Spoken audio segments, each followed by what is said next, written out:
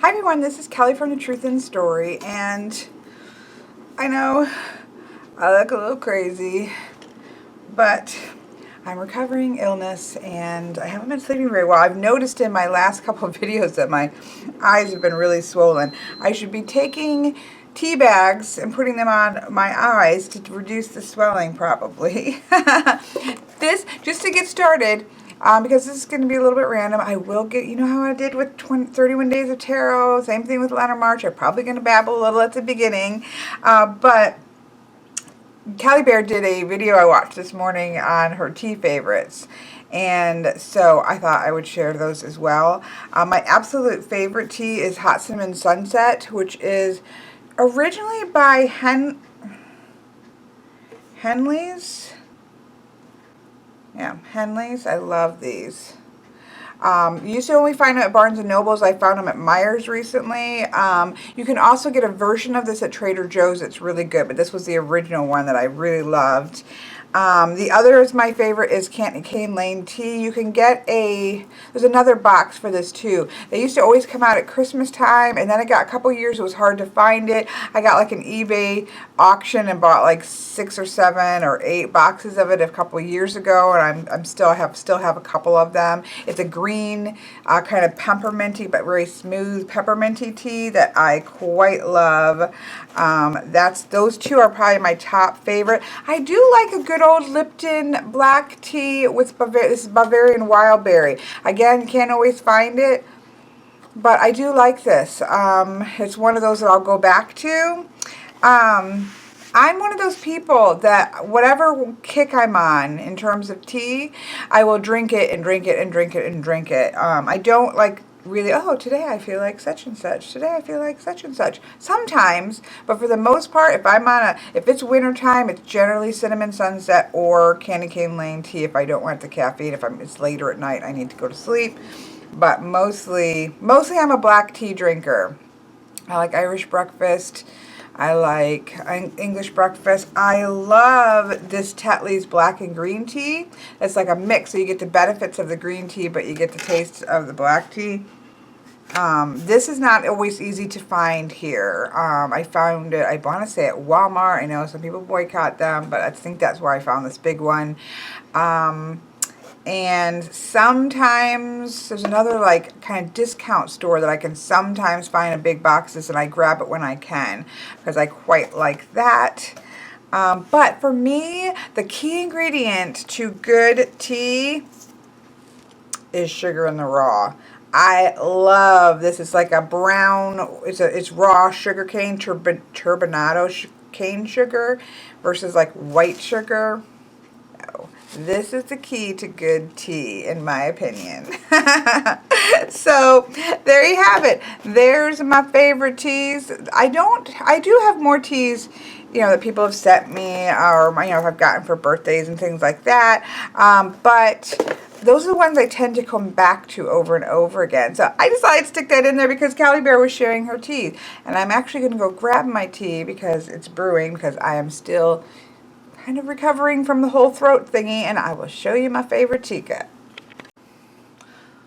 Here is some Candy Cane Lane tea that is brewing in my favorite mug of the moment, which is my Just Breathe mug that my daughter gave me for Christmas. And I love it because it's big and it's see-through, and I love the Just Breathe with the arrow on it. I'm going to stick it up here because it's really hot. And it's snowing out. It's snowing, people. The other mug that I love is this one that my niece got me for my birthday. It's like a hand warmer mug that you kind of put your hands in and you can sip the tea and it warms your hands up. The only problem is when it's first really fresh, it's really hot, and so you almost have to hold it like this because you can't, there's no handle that doesn't make you touch the hot cup. But I love this mug.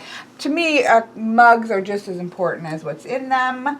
I tend to have like a favorite going, and I use it all of the time. I had one from Chicago that my daughter brought me back, and I just used that all the time until okay, she's got me something else, and I switched to something else. So I do think that the tea mugs are important, and I also think that the sugar is very important. So there you have it. So that was one random babble. But we need to talk about Lenormand because today is Lenormarch Day 3. I should be checking these off, so I'm going to check them off. Today is all about books, books, and books. But before we get to books, I want to show you, and I'm going to, when I switch down, because I am going to switch down to show you a deck and book set that I picked up. So I'll show you a before and after, but I trimmed my most favorite Piatnik deck. I trimmed it down to being borderless, and it's so beautiful. Not to mention it fits my table. I mean, I could do a 9x4 on my table and get it into the camera. Because it's not just about the table, it's about the whole grand tableau fitting in the camcorder lens so that I can, you know, do readings. And this now fits even more comfortably, and it's so gorgeous. So yeah, I'm really, really happy with that little trim down. I wanted to show you this little bit of cuteness because the Piatnik deck is one of my favorite Lenormand decks. It is my first deck that I used and that I learned from, and I love it. But you'll see, even when it fits. When I left 9 cards.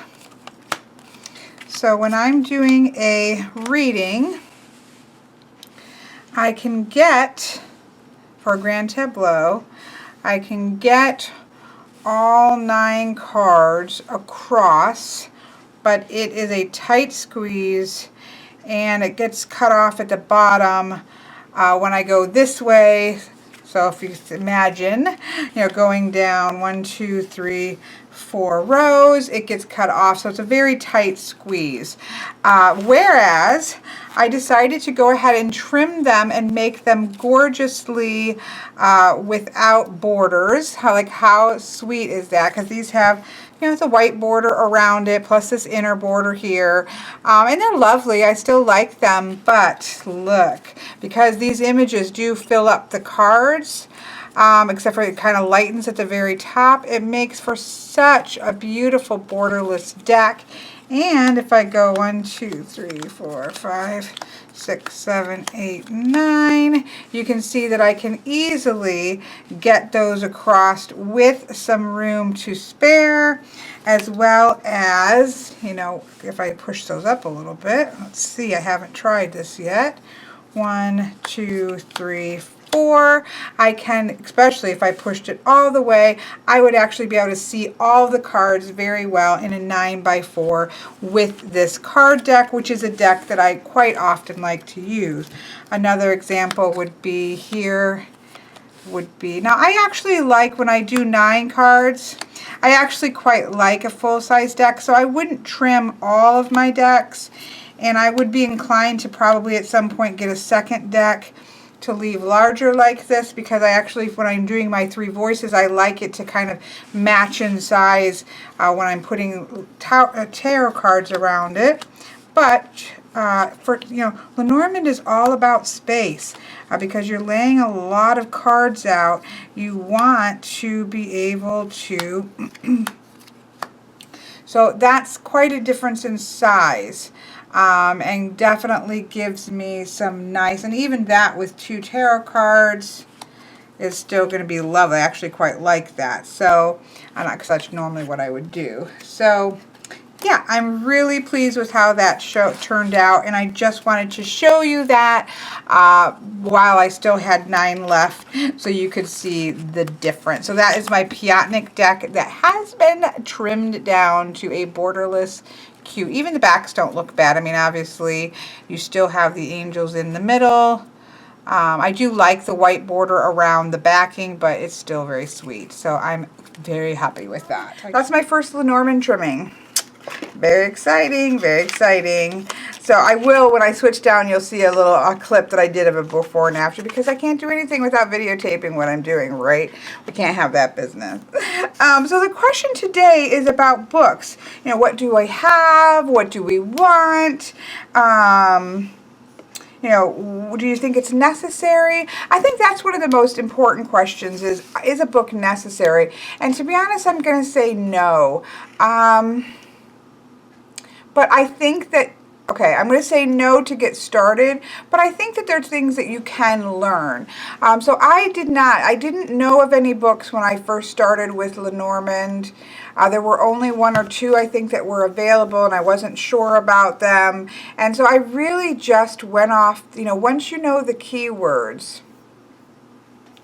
And I do think I'm a proponent that you don't need a ton of keywords to get started. In fact, I think having a ton of keywords can be problematic because you start to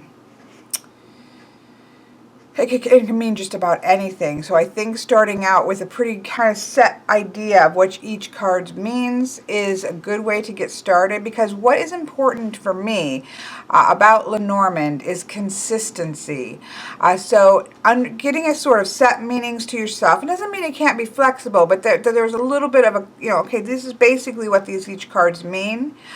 Getting a set way of understanding how you read. So if you read, left to right, where the first card is significant and then it starts to modify from there, and or the other way, how you read, what direction you're reading in, that's important, because if you're changing that around every time you go to look at the cards just to suit whatever, again, you're not going to get consistent readings, I don't think, and it starts to get muddled when you have a whole grand tableau where this could mean this or this or this or this or this, or I could go this way or I could this way.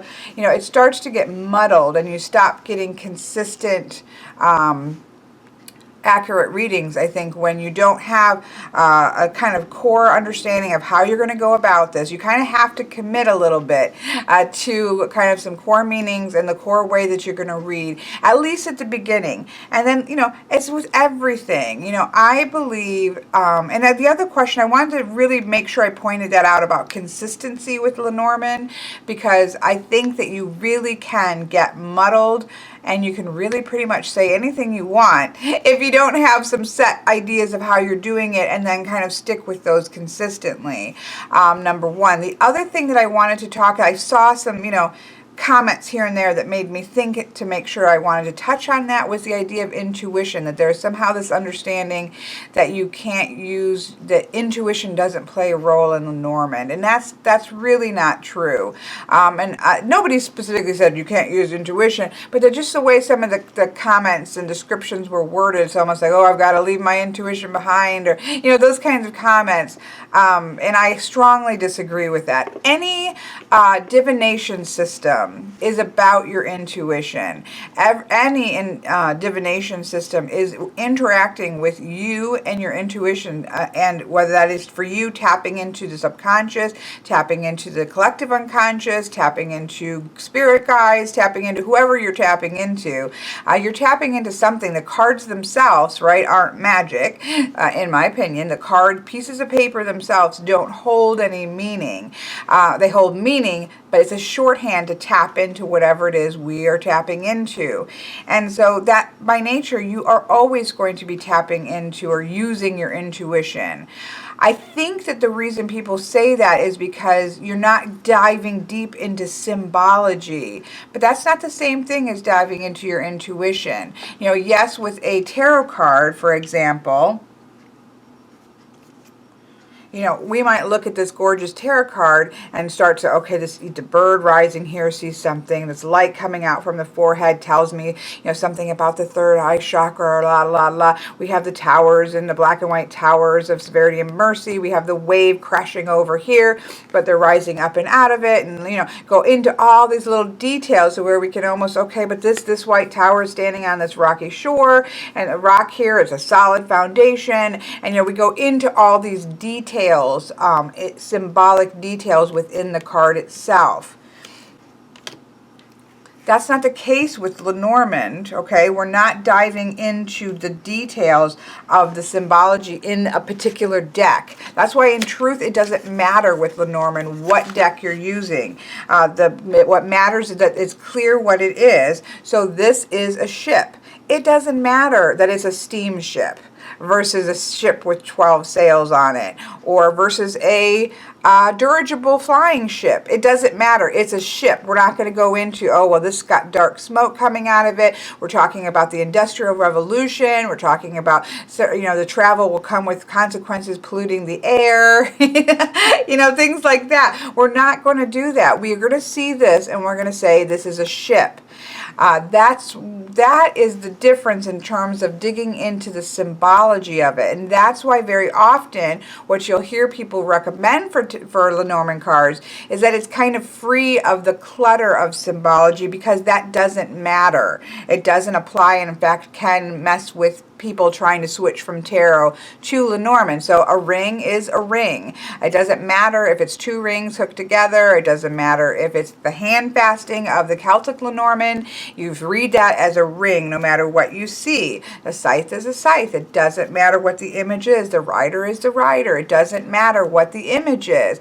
Now, the exception to that is directionality, and that's something we'll get into further, but Lenormand does incorporate some directionality, so perhaps the direction the rider's going in tells us something. The light and the dark sides of the clouds tell us something, if we choose to do that. The sharp end to the blunt end of the scythe can tell us something. Which way the paths are going can tell us something in direction with Kipper and with Lenormand. Even the cross, the way that the cross points to, can tell us things, even to the direction that the coffin is pointing in, the way that the lady and the man are looking at each other in relation to the spreads, are their backs to each other, that kind of thing. Directionality, positioning, which all ties into sort of how cards are interconnected, because that's the key with Lenormand, is the interconnectedness of the cards, how close they are together, how far apart they are together, where they are in relation to each other. That is important, not the symbols in the specific cards themselves. However, that's not about your intuition. There are still a different meaning. So if we look to the Lilies card, in the tradition that I read, that can be sexuality, that can be harmony, that can be family, although I don't tend to read the lilies of family. That tends to come up with the tree for me. That's why it's important, though, to kind of figure out what are your base, how do these cards work for you, and then be consistent with it. So how do I know that it's talking about harmony and it's not talking about sexuality? That's in relation to the cards next to it. That's in relation to where it is in the spread to other things. And that's on my intuition. Usually there's a great, deal of, okay, it just hits. This is the way that I'm reading this, and that is your intuition. So intuition very much plays a part.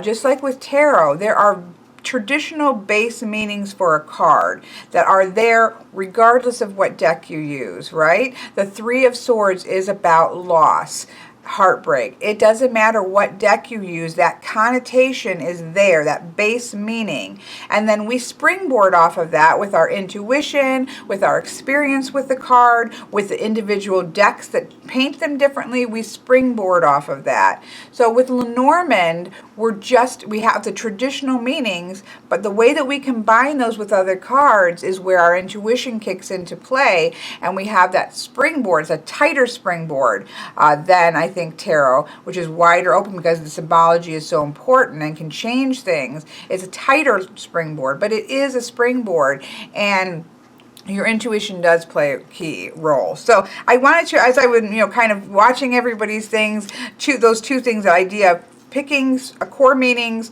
picking the way that you're reading, the way that you're combining and being consistent with it, as well as, kind of addressing the idea that there's not intuition at play with Lenormand. I wanted to make sure I addressed those. So I think that to be honest, I think I've seen in the past that idea of not having anything to do with intuition is sort of a little bit of a tarot snobbery thing that came about when Lenormand started getting, well, oh, that's just, it's just reading a sentence. There's nothing, doesn't take any skill. No, I disagree strongly. So we'll leave that be. I think I have explained myself clearly as how I feel about it, because I guess it all comes down to what we each feel about it, but that's how I feel about it. But the question is about books, and I will say that I do not have very many books, but that's true about tarot as well. I have a ton of tarot guidebooks, but in terms of books on tarot, I have one, which is Benabel Wen's Holistic Tarot, which I got, long after I was reading tarot, and even after I was reading tarot professionally. So clearly, even though I'm a literature major and I'm a huge book reader, when it comes to divination practices, I want enough information to give me the core, but then I really do work off of my intuition, and I do work off of, kind of developing, okay, what is working for me? How is this speaking to me? And really having trust in that. But I do like, skim through things, but I'm not a huge book person. Now, I wanted to grab one other thing. Now, when I started learning Lenormand, I had no books. I really just had the little white book with the basic keywords, and then I did, find like Hex Claire's videos, which I'd linked to, and Donna Lee's videos, which I didn't put a link to. I'll try to remember to do that with this one. Those two people's videos were really helpful. What I did with those, truthfully, because I'd already kind of made my own list of basic meanings off of kind of what felt right and going off of the little white book. I have those little pages that you can actually print out as almost like a journal with the basic keywords and a picture of the cards for Lenormand. And so all I did was, if I was watching those videos, because Hex Claire goes through each of them, I just picked out what resonated with me on that and put that in there. And sometimes I thought, oh, that's interesting, I'll play with it, but then I would end up crossing it out as it just didn't work for me in terms of how reading. And that's really what I did until, I guess, last year. I had bought the Enchanted Lenormand. This is the guidebook, mostly because I wanted this guidebook, because I'd heard, that it was a nice little guidebook that came with it. I have the cards, and I like the size of the cards. They're nice, small size, not quite mini, not quite full size. I like the size. People seem to like them. I should have gotten them, but you've all seen them. They kind of look like they're in a tangly forest and they're in a bubble. There's a lot going on in these. They are quite lovely put out in a grand tableau. Some people find them too busy, even though the key element is in this bubble that does stand out. I find them lovely. I don't use them a lot, to be honest, but I liked this little book. And again, I was already reading, and I don't agree with all of, like she does talk about, give you a section on combinations. I don't really always agree with these combinations, but it does spark your mental space to see combinations. Okay, so if I have the garden and I connect it with the house, well, this could be an open house or a house party or a family gathering, right? So if I have the garden and I get the tree, this could be a long break that we're taking. This could be environmental gardening. Like some things that people come up with, I'm like, really? Is that really going to come up? Is environmental gardening going to come up in a reading? That's kind of how sometimes I feel about the combinations, but it does get your brain working on, okay, I can start to see how, okay, this is what I can do with these. So it does generate your mind. So I did quite like this little book. Again, I was already reading. I'd already pretty much had, how I read intact. So it's hard for me to talk about, how well this is for a beginner, because I didn't use any of these as a beginner. I did like, kind of some of the charting where you could see, okay, if this was the line of the significator, this is stuff that's to the past and this is stuff to the future in general. I generally do the past and the future only in the significator's line for the most part. So that's just, again, figuring out what works for you. Talking about, 9 cards, talking about knighting. I also liked, talk about mirroring. So it kind of does get into, I really like this counting from the significator. I use this at the end of readings for the most part with grand tableaus, where you count out and you start with the one, your key one, and you count 4, count. You take the key one, I'll go over it. I might already have that. That's a lesson video. But you end up with a 9-card reading that's basically kind of a condensed message from the entire Grand Tableau. I got that from this book, and I quite like that. And then it gets into some of the playing card messages, which is not something that I use a whole lot, but I wanted to know more about it. So that's one of the reasons I liked this. And then because I did enjoy this book, and again, I guess because I had already pretty much had a solid foundation, it was quite easy for me to say, oh, that's interesting. oh no, I don't really agree with that, and move on. Like, it's not, I didn't feel the need to, you know, agree with everything in the book. But the other, so then I went ahead and got her the only like full book I have. Oops, let me go back to the cover image. It's on my Kindle, and it is the Complete Lenormand Oracle Handbook by Caitlin. I believe it's actually pronounced differently, but I just say Caitlin. Caitlin Matthews. And yeah, I recommend this book. I mean, again, do I agree with every single thing that's in here? You know, probably not. But some of the things that I did, you know, learn from this. There's a timing board that I use sometimes, although timing in Lenormand, in my opinion, and or tarot is quite problematic. But I will do it sometimes when people are, and I'll just be like, look, we'll take a peek, but you know, you're talking about getting into waters that I don't think are very set, because I don't believe in a fixed future. I believe in a fluid future. But I did like that. That was interesting. Again, with the playing card associations, that's kind of why I would wanted a more set book. So I really actually do like this book. I like the way it's laid out. I like the way the things build on each other. It was coming again, though, from, you know, kind of set idea already of how I read. So I just kind of took what I thought was interesting or that I hadn't heard of, gave it a try. The As Above and So Below 6-card spread that I really like doing, I got from this book. I enjoy it. I refer it to it sometimes. I'm glad that I have it. So that's the only one I have. Now the other one that I probably will get is Raina George's. I think it's the Essentials, and I always screw up and call one and the other the other. I do mess that up. Here is the cover for that, because I just have the sample. Sometimes if I want to remember that I'm going to, you know, why won't this one let me? Usually you can go back and see the cover picture. I don't like that, but oh well. It's Raina George's Essential Lenormand. It's a big purple cover. The only issue that I have with that one, for me personally getting it, is a lot of it is like journaling on the cards and kind of building really slowly, kind of building your understanding of it. It's not something that I personally need, because I'm already reading very comfortably. So I think that it may be a little bit more keyed in for a beginner. But it is one I intend to get, because I think it's one of those that people ask me a lot about, and so I do want to read it. But it has, so this is an example of what it would have. It has the key there. It has some keywords, which is basically what you're going to get with Lenormand books, because it's about the keywords. You know, kind of how to tie those together. I've read some of the sample part, you know, where you can see the sample.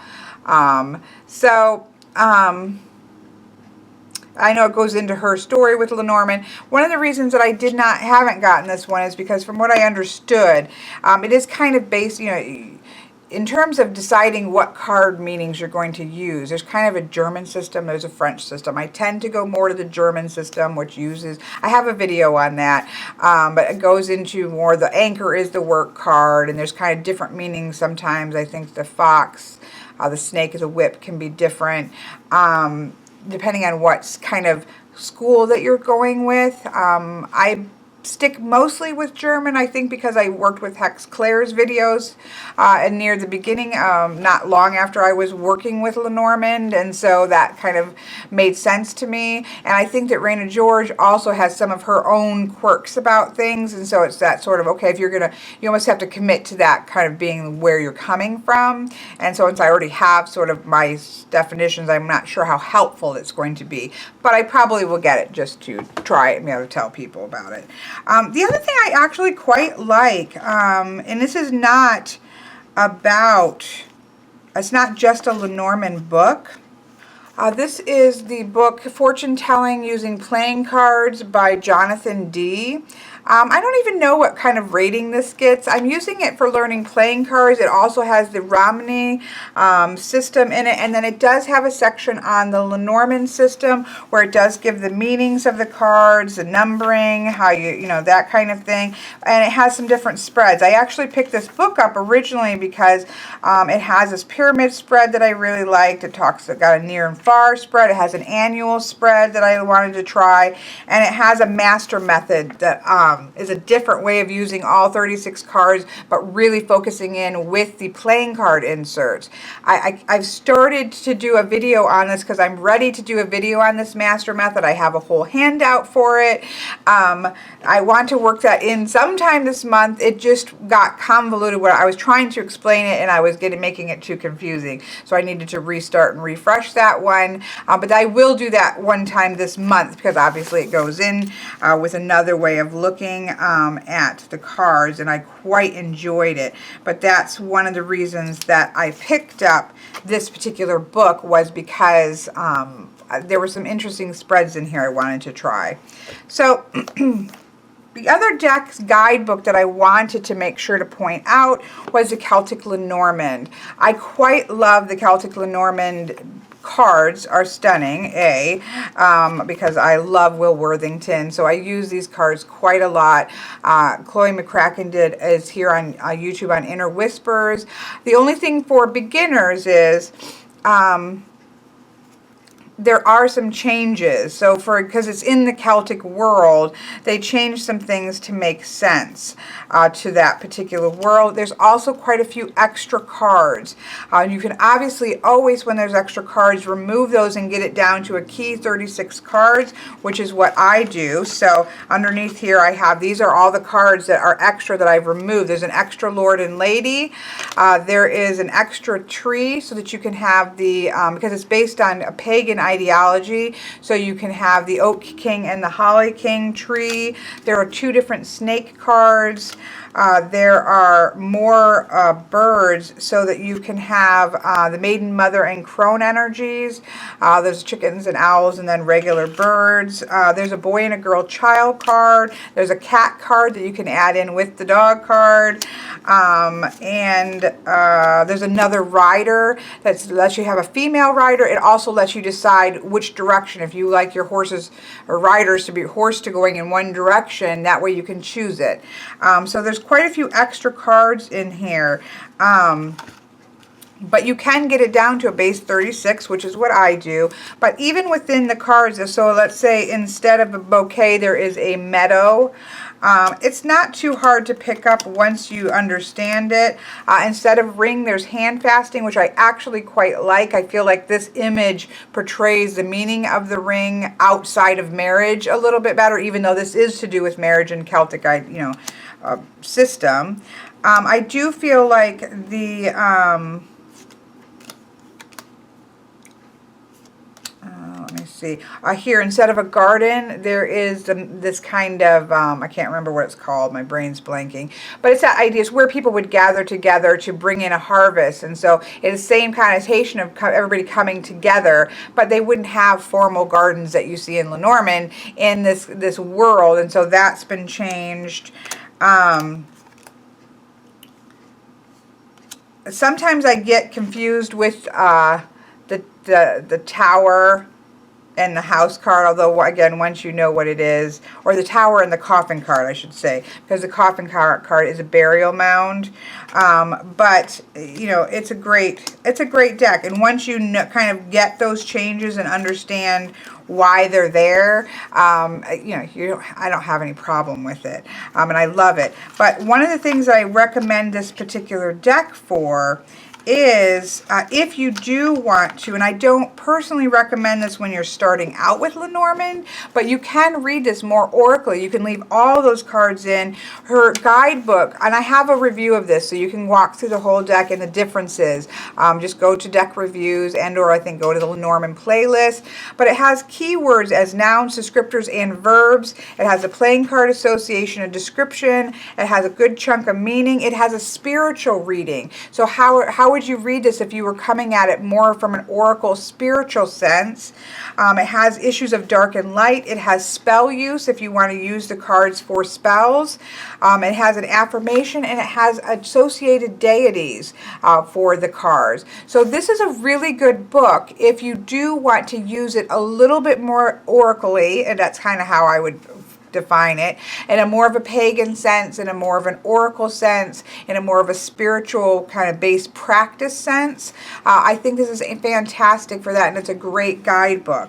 At the beginning, that might confuse things. I always recommend, even with tarot, I think getting a base idea of it first, as it's meant to be, before kind of going off separately, is always kind of a good idea. But I absolutely love that deck and book for that kind of idea. The cards can be read completely traditionally. That's how I read them, and they can be read that way with no problem. I love that deck because, of course, I am a Will Worthington fangirl. I'm getting quite long on this one, but one other thing, and I know this is really just throwing in things that I wanted to point out. There were definitely some comments that said, I tried Lenormand, but I was scared away by the big camps. You've got this is the right way to do it. Bah, bam. You do it the German way or you're wrong. You do it the French way or you're wrong. You do it the traditional way or you're not really a Lenormand reader. There's some strong camps that came out, and that is the case with any system. Tarot has the Thoth camp and the Rider-Waite-Smith camp and the traditionalist camp and the people who are intuitive and don't ever look at a book and, oh, you're not really a reader if you have to use a guidebook. And every time people come together, you get groups and you get cliques and you get people saying it's this way or it's no way. I do think that it is important to understand the traditions of a system because that's beautiful to see and to see how it was originally read. But in the end, making a system work for you is what's important. Now, that's still holding with my little bit of a nag about being consistent. I was going to go ahead and do the Easy Lenormand together, but that ended up being a longer ramble, and so I'm going to separate that off as its own video so that I'm not making the Lenormarch video so long. So there will be a separate video walking through the Easy Lenormand, as well as I'm in the process of taking that deck and trimming it down as well. So you'll see that at the end of the video as is usual. So there we have it. My throat is sore. I'm still only having sort of a limited amount of chit-chatting time. And so, yeah. What are you going to do? So, whatever. This is just a mishmash. This is me being Miss Mishmash.